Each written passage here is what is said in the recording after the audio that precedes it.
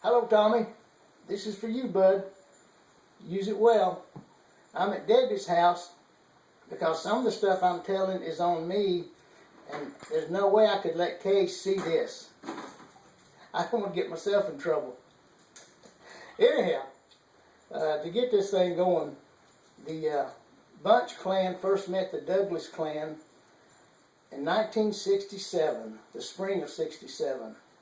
And would you believe that's been 46 plus years? That's a lifetime for a lot of folks. One of the first things I remember about Tom was how he always had to have his tomato plants. He grew a tomato plant in the middle of the street if he had to. He was good at it though. But we'd bought a little house on Diamond Head Road, and there was one house between our house and the Douglas house. And we'll talk more about that later. We were in the same bridge club, probably through a welcome wagon, as the Douglases. And maybe not, I don't remember. It doesn't matter. Matter of fact, we were in the same bridge club with them after we both had moved to Atlanta. And we've always had a good relationship with Tom and the whole family, actually. But I mentioned the house between our house and the Douglas house.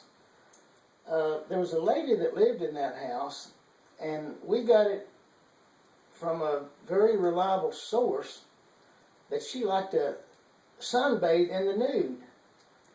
Now, we got this from Tom Douglas. Seems like he liked to kind of crawl under the bushes out there and take a peek at her just to see what was going on. I'll let you figure out which Tom Douglas it was, though. Enough said about that. Now, me and my old buddy Tom, we liked to play golf together. We were both beginners. And I had this old $10 set of clubs and a bag. I believe we used that set when he won the U.S. Open back in the early 1900s. Anyhow, there was a 2-wood in that set that Tom Douglas had figured out he could hit. And we didn't care. We just played with each other's clubs if we needed to, but he loved that old club because that's one club that he knew he could hit. Well, one day we were at this little golf course up north of us there by the river, or near the river, and he needed my 2-wood, so I handed it to him. But there was a tree just past his ball and sort of kind of behind him. The last thing I said to him, Tom, watch that tree now. You might hit it on your follow through. Last thing I said to him. Well, Tom took this mighty swing. I think he hit the ball. I don't remember, because his follow through, he did hit that tree. And I ended up with a 2-piece golf club out of a $10 set. Now that's not bad. But anyhow, when I finally quit laughing, of course Tom didn't really know what to say. He felt bad about breaking the club, but it really didn't matter. But like I told him, I said, Tom, I have never seen a golf club knock down a tree, but I have seen a tree bust a golf club. So we went on from there, still doing our thing. Another thing he was good at breaking, I found out. He was at our house had to be a Saturday afternoon, watching Georgia-Florida football game. We were sitting on this it was a wooden frame couch, just cushions and cushions in the back, one of those 1950s style. And we were sitting there watching the game, and Georgia did something. I don't know what. I probably wasn't watching it. But Tom gave this mighty jump straight up and yell. Well, when he did, he got his foot or leg caught underneath that wooden frame, right where he was sitting, and he broke the darn couch.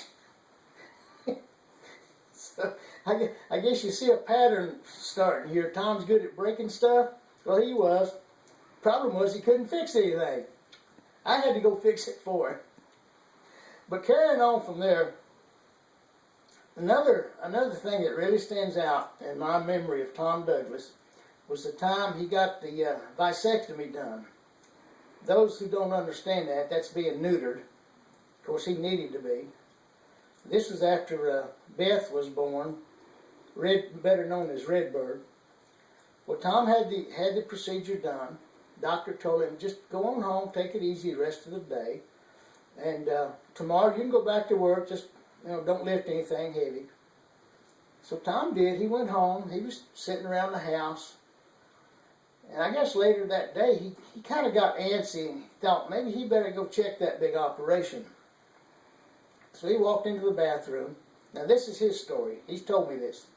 He walked into the bathroom, dropped his pants, sat down, and he picked up this mirror so he could examine himself. And as soon as he looked in the mirror, he started yelling for Jackie. Jackie, come here! Well, Jackie went rushing to the bathroom. As soon as she got to the door, she stopped and started laughing. You can imagine what Tom thought. What the heck's wrong with that crazy woman? Well, it seems as if Jackie had to explain to him the mirror he had picked up was a magnified mirror, and Tom thought he had a major problem. Huge problem.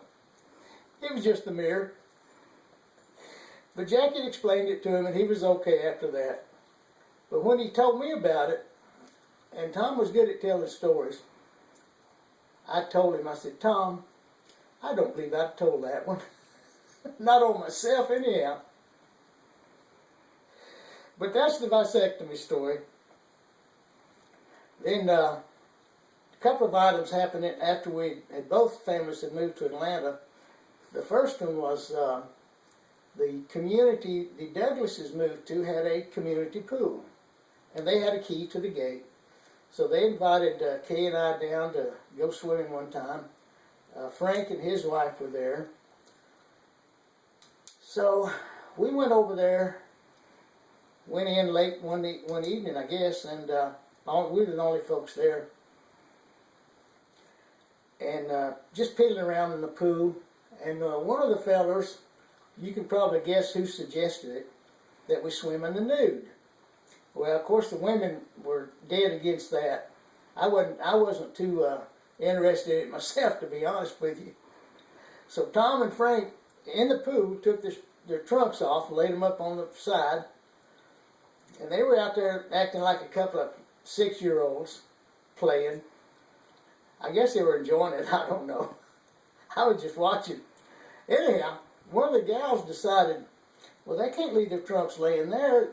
They'll just put them back on before they get out of the pool. So they took the trunks and put them up on the swimming board. Swimming. The diving board. Got it right. Anyhow, that didn't go over too good with the guys. They weren't planning on that part of the swimming nude deal. Anyhow, that story ended, and I don't know exactly how it did end, but it ended. And we ended up going on back home.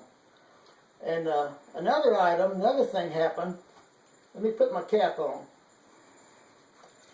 How do you think his cap is, Tom? I guess you can read Nottingham on it. Anyhow, I called Tom at his office. This was after he changed companies, apparently. He was with Nottingham then. And I called him at his office one day just to chat.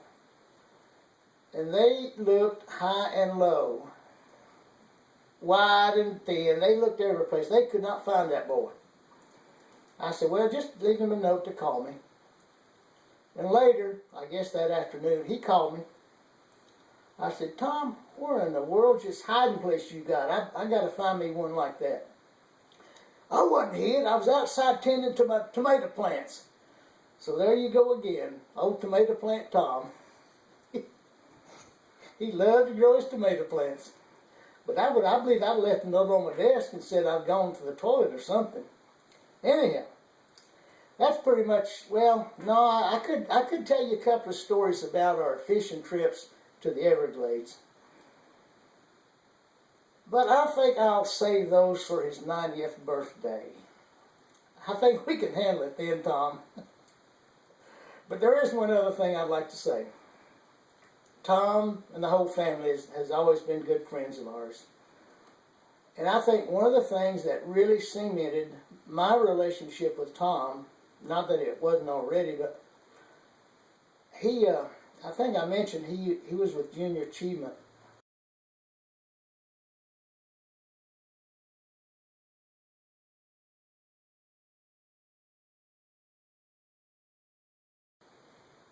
you recall that 84 I shot.